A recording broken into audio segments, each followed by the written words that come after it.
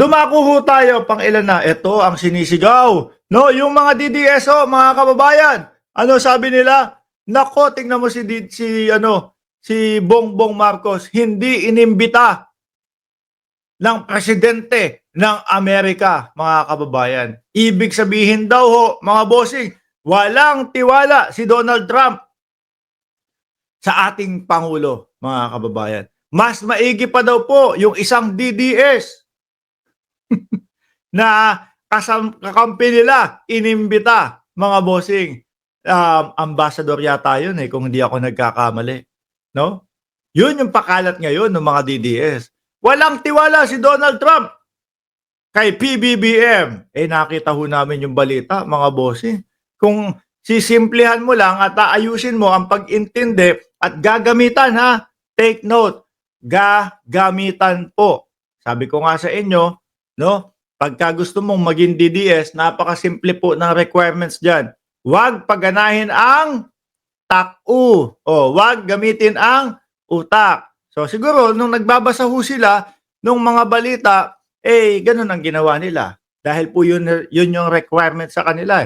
Huwag gumamit ng utak. Tayo po, lagi po nating ginagamit ang ating utak, mga kababayan. At yung simpleng pag-intindi, mga bossing, kayang-kaya nating intindihin. Balita po, mainstream media yan. Ano? Napilit itong sinisiraan ng SMNI na mga bayaran daw po yung mga mainstream media, mga bossing, at ang SMNI lang daw po ang magaling. Saan? Sira ang mga tuktok nyo dyan, ano? GMA News, Philippines, Ambassador to the United States, Jose Manuel Romualdez said he will attend the inauguration of U.S. President-elect Donald Trump. As if President Ferdinand Marcos Jr., saglit lang, nandito na pala yung pare kong si Just Vincent. Par, shoutout sa iyo. As if President Ferdinand Marcos Jr. was invited to Trump inauguration, Romualdez replied, as a matter of policy, no head of state is invited. Yang may guhito na yan, napakasimple pong intindihin, ano, mga kababayan. Napakasimple pong i-translate sa Tagalog at ipasok sa kukote, no? As a matter of policy, no, no head of state is invited. Walang inimbitahan, mga kababayan. Sabi dito, only ambassador represented in Washington are invited. Hindi naman po ambassador ang ating Pangulo. Head of state po ang ating Pangulo, mga kababayan. Diyos ko po, Lord. Ito po yung sinasabi natin, mga bossing, no? Na lahat po, no, makitaan nila ng butas, ibabala po nila kontra po kay Pangulong Marcos, mga kababayan. Kahit na alam nila na napakasimple at kayang-kaya ho silang pagtawanan, mga bossing, sige pa din ho sila. Eto pa, I express to him our continuing desire to strengthen that relationship between our two countries, no? Which is relationship that is deep as can possibly be because it has been for a very long time. Yan po yung tawag ng ating Pangulo kay Presidente Donald Trump ng Estados Unidos. Speaking of Estados Unidos, no? In 2 weeks time, nandiyan ako sa New York. So, mga taga New York! Sino nandyan? Mga taga New York! Kung sino man ang nandyan na taga New York, ililibre ko ng kape sa Starbucks. Para mainitan tayo. Kung may time ho. Trump served as 45th President of the United States from 2016 to 2020. Ito po kasi yung pangalawang pagiging presidente po ni Donald Trump. Sabi ni Etlyn Solis, frontliner tayo. Out 8 a.m. Tapos Agsubin, naku, hindi ko na po maintindihan. Beauty. Shout out sa inyo dyan. Ang kaibigan niya talaga, mother ko. Kilalang kilala niya yung mother ko. Oh, si tawag dito, si Madam Imelda. Kinumusta niya? How is Imelda? Sabi ko, binabati ka nga eh.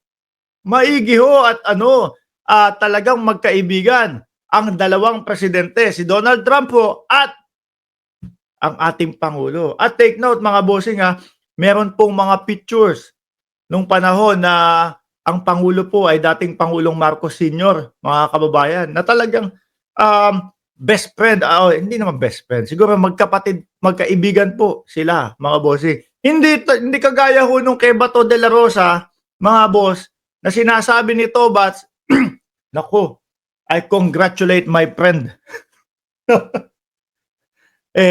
Mukhang gustong palabasin pa ni Bato de la Rosa na close siya kay Donald Trump. Samantalang nung natanggalan ho ng US visa si Tobats, mga bossing, nung panahon ni dating Pangulong Duterte. Tingnan mo yung mga palabas at yung mga ewan ko ba, social climber yata tong sila Bato de la Rosa.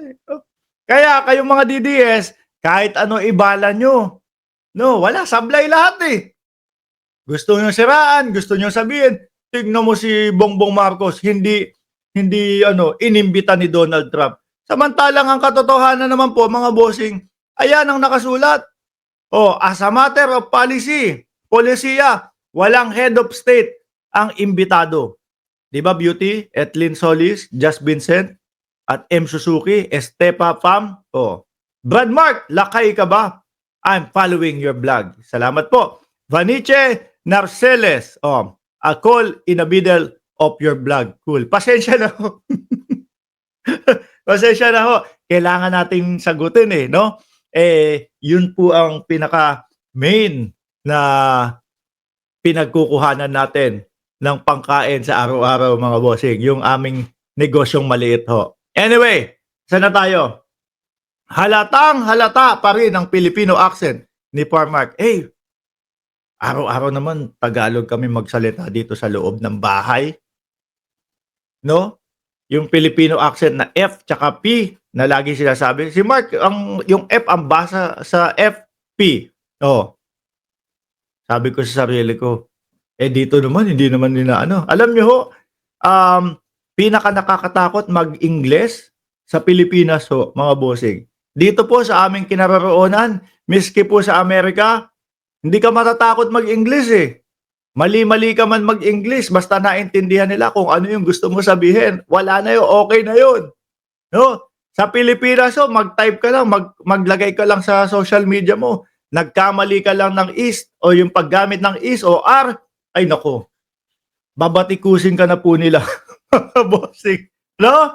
Dito ho, sa ibang bansa, miski ho yung nakatira ako sa Singapore, nako, okay lang ho dun kahit ang importante naiintindihan kanila. Sa Pilipinas, Diyos ko po, nakakatakot mag-English dyan. No?